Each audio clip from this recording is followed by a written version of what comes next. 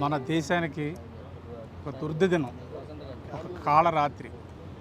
కాశ్మీర్లోని పెహల్గాంలో 27 మంది అమాయకులను టెర్రరిస్టులు ఊతకోత కోయడం అంటే చాలా దిగ్భ్రాంతికరం, చాలా బాధాకరం.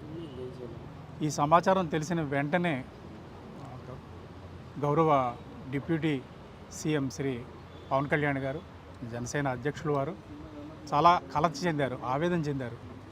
వెంటనే ఆయన సందేశాన్ని, ఆయన మనసులో ఆవేదనని ట్విట్టర్ ద్వారా వ్యక్తం చేశారు.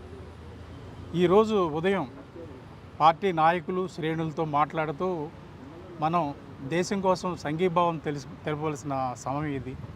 3 రోజుల పాటు జనసేన పార్టీ తరపున సంతాప దినాల్ని పాటించాలని ఆయన ఈ ఉదయం ప్రకటించారు.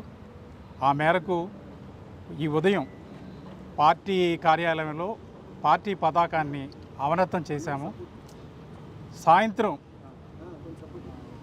ఈ ఊచకోతలో అమరులైన వారికి సంతాప సూచకంగా ఈ సాయంత్రం కార్యాలయం దగ్గర క్యాండిల్స్ వెలిగిస్తాము.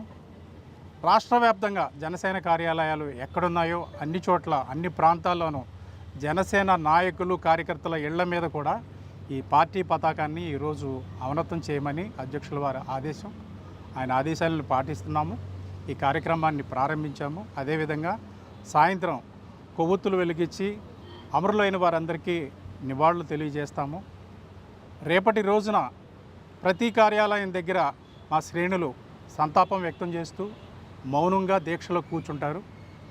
అదేవిధంగా 3వ రోజున రాష్ట్ర వ్యాప్తంగా కొవ్వొత్తుల ప్రదర్శన, మానవహారాలు జరుగుతాయి.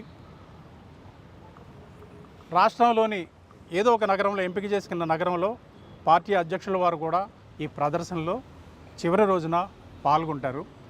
ఈ కార్యక్రమాన్ని ప్రతి ఒక్క జన సైనికుడు పాల్గొని ఈ కార్యక్రమంలో మన దేశానికి, అమరులైన వారికి సంఘీభావం తెలియజేయవలసిందిగా కోరుతున్నాము. ఒక్క జనసేన పార్టీయే కాదు, ఈ దుర్ఘటనను దేశ ప్రజలందరూ, ముఖ్యంగా తెలుగువారందరూ ముక్తకంఠంతో ఖండించాలి. మన బలాన్ని మనం తెలియచేయాలి. బలం మీన్స్ సామరస్యపూర్వకంగా, శాంతియుతంగా, సంఘటితంగా మేమందరం ఒక్కటే. మా మీద ఏది దాడి జరిగినా మేము తీవ్రంగా ప్రతిఘటిస్తామనే ఒక సందేశాన్ని ముష్కరులకు తెలియచేయాలని అధ్యక్షుల వారు తెలియచేశారు.